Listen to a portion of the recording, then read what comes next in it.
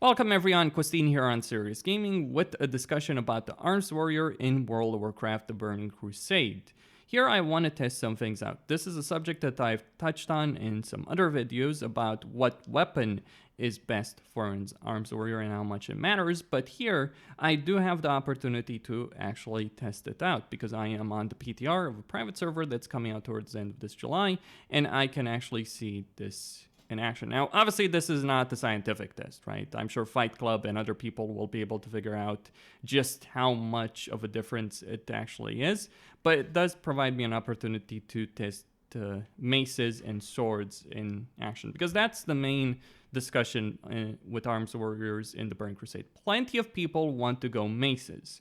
It's because of the weapons available. Now, talent-wise, you have Mace Specialization gives you a chance to stun a target for 3 seconds and generate 7 rage, where Sword Specialization gives you a 5% chance to get an extra attack, which is pretty powerful in a raiding situation, though obviously the stun is more important in PvP situation. And I think most people would accept that talent-wise, swords are better than maces for raiding. Hell, axes, poleaxe specialization is better than maces for raiding. There's some discussion between axes and swords, but for the most part, people accept that swords are generally the best. Like, you want to go swords if you're playing a warrior in a raiding situation. What's the problem with that? Well, the problem is blacksmithing. Blizzard decided in the Burning Crusade that the best approach when it came to giving people access to powerful weapons was to tie them to blacksmithing. So the very best weapons in the game until Kael'thas, for any melee except rogues, are from blacksmithing. For an Arms Warrior and Retribution Paladin, you have Deep Thunder and Lionheart Champion as the 2 main options. And what's the problem?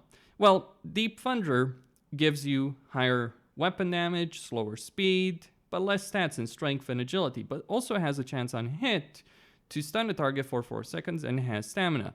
Lionheart Champion has lower damage, faster speed, no stamina, but higher strength, higher agility, and a chance on hit to increase your strength by 100 for 10 seconds. In general, Lionheart in its own right would be a better weapon than Deep Thunder for the sake of raid DPS, right? Because the chance on hit is better, and sure, it might be faster, it might do less weapon damage, but because of the proc, because of the higher stats, it more than makes up for it. Honestly, there isn't too big of a difference between these 2 weapons when you really boil it down. Like, if you just had these weapons and you were comparing them, it's not too big of a difference, but as far as I see it, I'd say Lionheart has an advantage. But then you add Sword Specialization. Sword Specialization can give you a huge amount of DPS. Why is that? Well, because getting an extra proc means more rage, means synergy with Wind Fury, because yes, you can get the proc off a proc when it comes to Wind Fury. When you consider that, you can get even more rage. The more rage you have, the more whirlwinds and mortal strikes you can do, the more you can rage dump if possible with Heroic Strike. That's why you can do more damage using a sword, any sword. Doesn't really matter what weapon we're talking about, but any sword will do more damage if you have sword specialization than an equivalent mace. Now, the problem is the weapons available in the game until we get the sword from Kael'thas are pretty fucking terrible. That just is. I guess there is a mace from Carafres in SSC, but it's, the blacksmithing weapons are better. The pre-raid blacksmithing weapons are pretty good, and you can upgrade them when Nether Vortex is in Tier 5. Now, these weapons are pretty expensive, and you're going to have a hell of a time getting these when Burning Crusade launches. And the reason isn't gold. Actually, you can get a pretty good amount of gold while leveling. It's not too difficult, and obviously if you start with gold from vanilla and you carry over in Burning Crusade, even less of an issue. It's not really a gold issue. It's not even farming heroics. You do need 8 primal nethers to get one of these weapons, but those are not the real issues. The real issue with these weapons is lack of materials. You need primal airs, a lot of them. You need primal waters, primal fire. You need primal mites if you're going for a Lionheart Champion. You need a lot of primal airs if you're going for Deep Thunder. And there's just not going to be enough primal airs and primal fires because everyone will want them. Everyone will want water, fire, air. Expect like 50 gold, 60 gold for each primal air, something like that, if they're even available. Like there's going to be a significant lack of availability for these primals on the auction house in the first month, first 2 months. So it's going to be a hell of a time to actually get these weapons because of that. Not because of gold, not because of farming heroics, none of that, but because there's just not enough mobs to farm for those primals. That is a pretty big issue. I mean, I guess Blizzard could make it better if they gave us the clouds for Primal Air in particular. They give us the clouds, they give engineers the ability to farm those clouds. That could obviously improve the situation, but I don't expect it to be a nice time for anyone that's trying to get a lot of primals when Burning Crusade launches. Let's just put it like that. Especially fire, air, water. Those are the three main ones. But anyway, what I want to do here is test out using Deep Thunder with and without cooldown. So I'm going to use Death Wish and Bloodless Brooch one time and then go without them. I'm not going to use Recklessness because that's not going to happen most of the time. Like, you can almost guarantee you'll have Death Wish on every boss. You'll have Bloodless Brooch, obviously. I'm also using a Major Agility Elixir, and I have an Elemental Sharpening Stone on each weapon. Why the Elemental Sharpening Stone? Of course, you would have Wind Fury in a raid situation, but why the Elemental Sharpening Stone? Well, because with Arms Warrior, crits matter, like raid buffs in general. Raid buffs and debuffs for any melee, for any physical DPS, matters considerably more for a caster. Having a really good group for a melee in particular is fairly significant when it comes to their DPS. Like, you can do enormously more damage, like double the damage, something like that, with proper raid debuffs than if you have fuck all. And that's something to consider. I'm also going to use Rage Potions because Rage is a pretty big issue, especially against these target dummies. Now, these don't have armor. When it comes to armor in raids, dependent on how many debuffs you have, like Sunder or Improved Exposed Armor, Curse of Recklessness, Annihilator, you might have, 4 3k armor on raid bosses. Just be aware of that. That translates into anywhere between 30 to 40% less damage on a raid boss compared to this target dummy that has no armor. Just be aware of that. But with raid buffs, you'd more than make up for it. In fact, you'd do more damage in an actual raiding environment. And of course, you'd do more damage with proper raiding gear as opposed to pre-raid stuff. Especially like the tier set bonus. So anyway, gonna start with Blood Rage, Berserking, okay. And then pop a Rage Potion. Okay.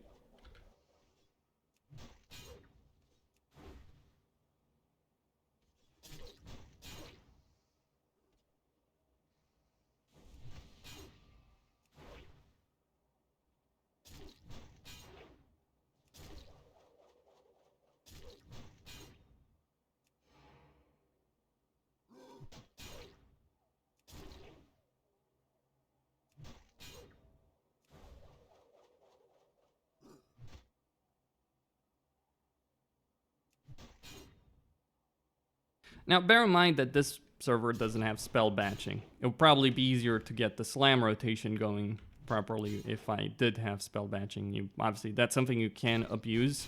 And it is something that was obviously part of the Burning Crusade that people did use. I probably could improve my timing. That was pretty solid. But yeah, ideally, you'd want to get the slam off at pretty much the same time as your white hit is coming out. So I'd say, like right now I'm doing 840 DPS, but honestly that depends a lot on your crit chance, and that's why raid buffs matter. Because like if you get the good series of crits, then you have a lot more rage to work with, and you can use Mortal Strike, you can use Whirlwind a lot more. You can maybe even Rage Dump with Heroic Strike, just reapplying Battle Shout.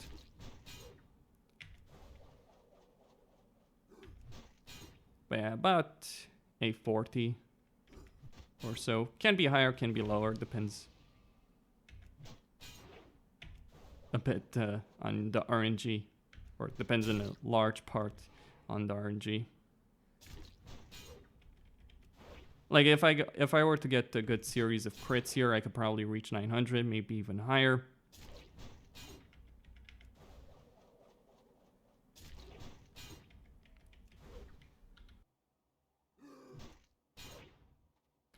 But yeah, I don't think I'm going to break that 850 barrier. So about 850 with major agility and with elemental sharpening stone and by using a great rage potion.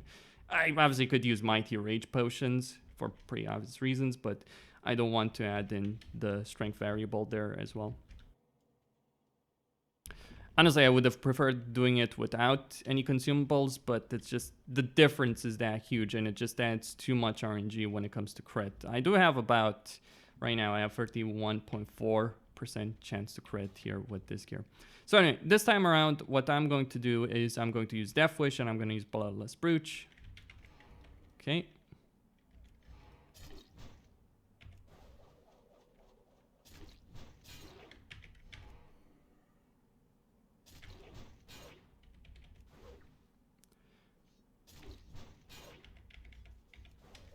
Gonna actually rage jump there.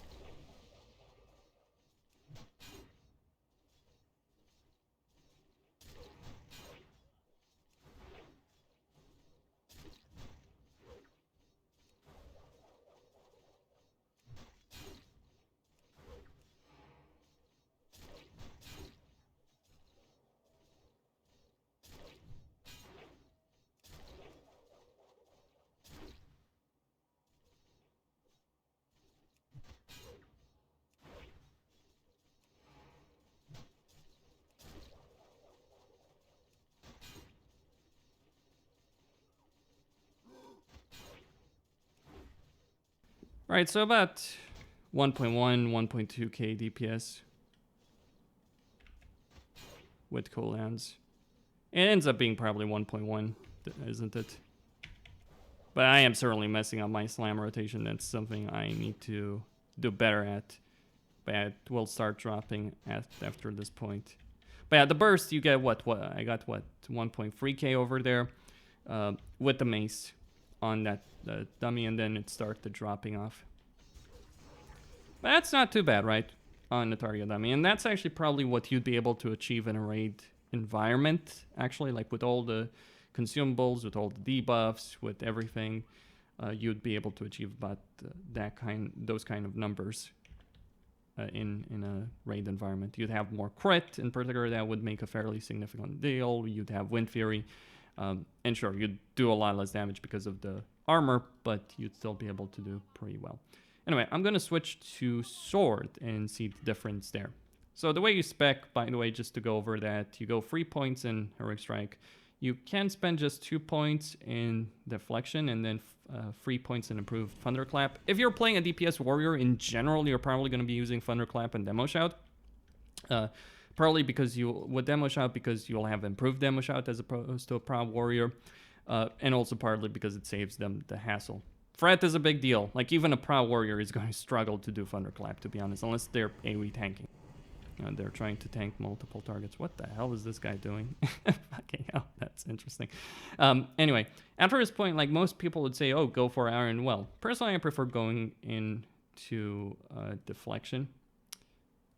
Right, spending all the points in Deflection, then going Impale to Handed Weapon Specialization, get Death Wish, then get 5 points in whatever weapon specialization you have, poleaxes, maces, swords, 2 points in Improved Disciplines, which unlocks Mortal Strike, and then Blood Frenzy. You don't want to go for Deep Arms. You want to go into Fury after that, get Cruelty, get Improved Demo Shout, get Commanding Presence, get Enrage, all those points spent on that, and then get Weapon Mastery. So this is a pretty significant deal. It reduces the chance that your attacks will be dodged by 2%. This is what expertise is used for, so you reduce the amount of expertise that you actually need. And then you get Sweeping Strikes, Improved Slam. It's important, obviously, for an Arms Warrior for the Slam build, because that's what you're using. And then 3 points in Flurry for the 15% attack speed. This is, by the way, where crit is so important. It's not just because of rage, but it's also because of flurry. It's the attack speed. Being able to keep it up almost 100% of the time is a fairly significant affair for any Arms Warrior. Just so people understand, on a server, on Netherwing specifically, I saw Arms Warriors being able to do close to like what 1.8, 1.7k DPS with like tier 4, tier 5 gear in raids on an overtuned server with 2.0 itemization by knowing how to play the game by using a sword. So anyway, I'm going to have to remove the weapon here. I don't know how the switching of the specialization works here. I just have to go here in Everlook, say, oh, I want to learn hammersmithing, pay 100 gold, then talk with this guy, and learn sword smithing. So I'm sure some crazy people want to both PvE and PvP, if this is the case, will be like, hey, I'm just going to spend 100 gold to, you know, when I want to play arena, right? And besides that, and get both of these weapons. I'm sure some maniacs will do that. If there's anything that Classic has taught me, and should have taught a lot of people, is that if there's a way and a will, it will happen, right? Actually, you know, people accuse the private server community of being elitist, to which I say the private server community is fuck all compared to the Classic community, believe it or not. Now, granted, the top guilds in current Classic or former private server guilds, but it's not just them, it's in general, like pugs requiring full world buffs, the amount of people that you see with Thunder Fury and Orgrimmar on any given day, the moment you go there, it's pretty insane, really. How crazy people have gone. The constant farm trains, the boosting and 5-man instances, leveling is pretty much just have gold, pay for it, pretty much. So the leveling experience been ruined. So yeah, it's like Classic is like private server on speed. It's like cranked up to 11. So anyway, with Lionheart, with Sword Specialization, let's give it a go. Now, I want to clarify here. This is RNG. So you're not going to have it all the time. Like in terms of steady DPS, you might just match maces, but the potential with Sword Specialization is you can do a lot more, especially if you have Wind Fury in a raid environment. Just be aware of that. So popping that, and let's go for it. Okay, popping.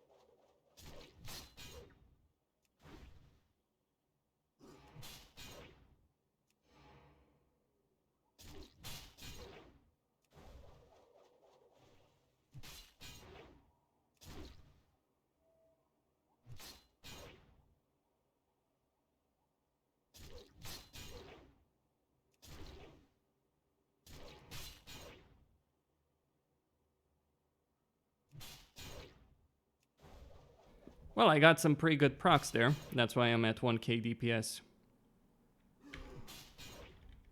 But if I don't get good procs, and no, it's not just like the crits, which is an issue that you have in general here.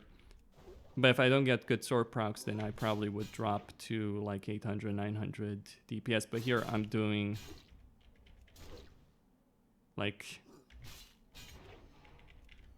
over 1,000.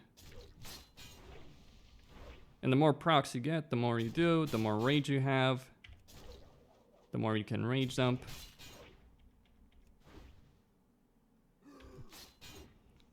So yeah, over 1,000 DPS. And that's without Death Wish or Bloodless Brute. Let me just get out of combat and then I'll go again.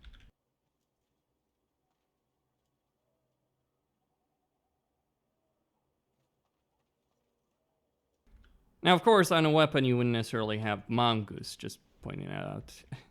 I think you would probably have Mongoose in tier 4, tier 5, but then you probably switch it up. Someone asked me, do you keep your weapon in enchant when you upgrade your weapon?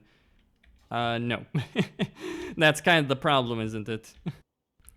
So that is certainly a bit of a problem. I certainly think you don't keep it anyway. Gonna remove that and start from scratch. I will use Death Wish and Bloodless Brute. Okay.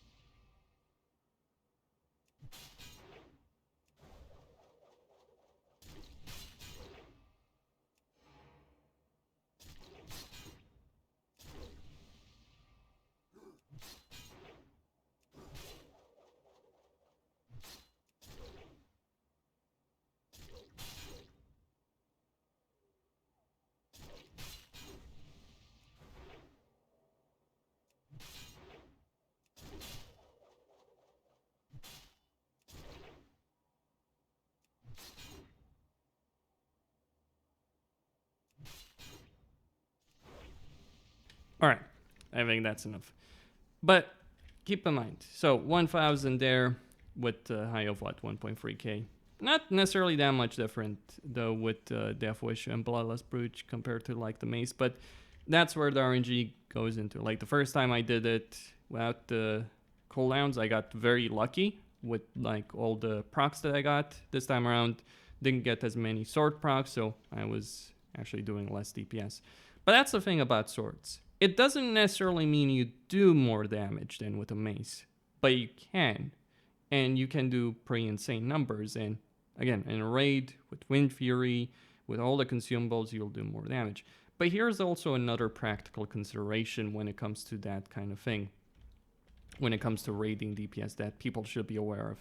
The chances of you being able to just sit on a target for 2 minutes straight on any raid boss and just slam it like this, those are very fucking low.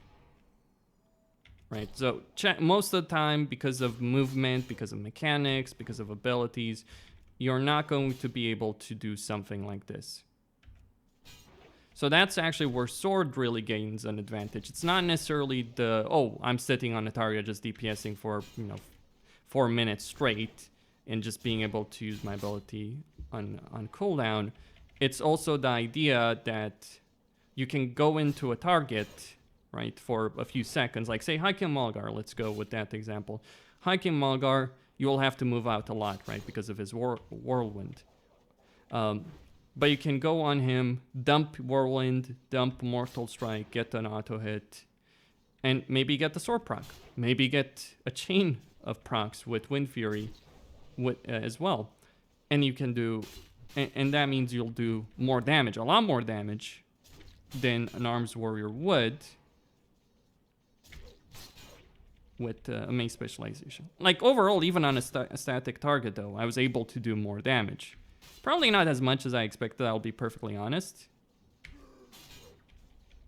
But I think the difference in like a raiding environment would be considerably higher. And that's where I'll leave you.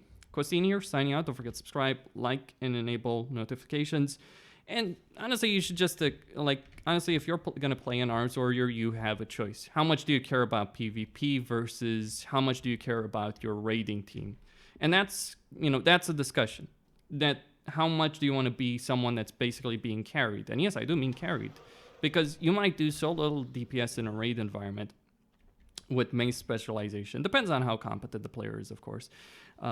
Someone who knows exactly what they're doing, who's using full consumables, they'll probably do enough DPS to justify their raid spot. Because here's the problem. There are DPSers in like pre-raid best in slot, like Spell Strike, Spellfire, Hunters with full pre-raid gear that can do 1.8, 1.6, 1.8, 2k even on certain encounters in pure pre-raid gear, if they know what they're doing. You're going to do 1,000, 1,200, 1,400, right? As a Sword Spec warrior. And even then, if you get good procs, if you get Wind Fury and all that, right? But I've seen many Arms Warriors playing with maces. Good ones even, like even good warriors that were doing like 600, 500, 700 DPS. Now, big part of that is the mechanics of raids in Burning Crusade they don't suit melee, right? They screw over melee in a fairly significant fashion. So that's why Hunters, that's why Warlocks, Mages to a more limited extent, that's why they do a lot more damage, right?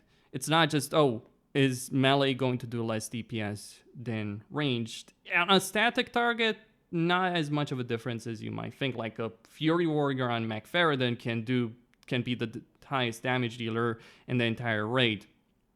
Whereas on a fight like Lurker, Hunters are going to do pretty good. Casters are going to do pretty good just because of how much melee are going to get screwed. Or Leofrast, for instance. To some extent, though ranged also have their own problems there, but melee have bigger issues on Leofrast the Blind. So it's always down to the individual boss fight, right?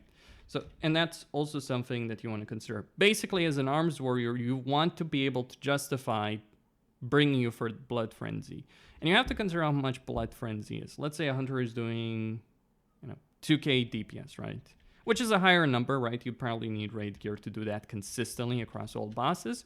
But let's say a Hunter is doing 2k. How much is 4%? Right? Let's say 5% even.